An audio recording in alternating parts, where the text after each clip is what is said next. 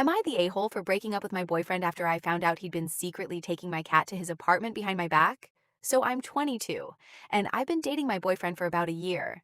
I have a cat named Mochi, and yes, I love him like he's my child.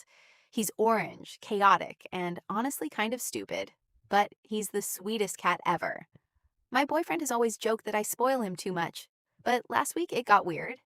He came over for dinner, and after we ate, Mochi jumped on the couch next to me like he always does. My boyfriend looked at him and said, completely serious, "If there was a fire, I'm not saving that thing." I laughed because I thought he was joking. He wasn't. Then he said, "I care more about my cat than real people," and called Mochi an unemployed freeloader. At that point, I was annoyed.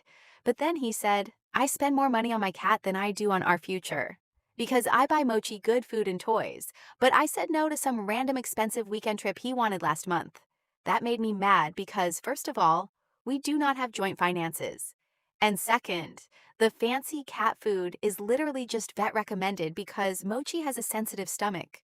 So I told him if he was seriously jealous of my cat, he needed to leave. He thought I was bluffing. I opened the door, handed him his shoes, and said, "Then go be employed somewhere else."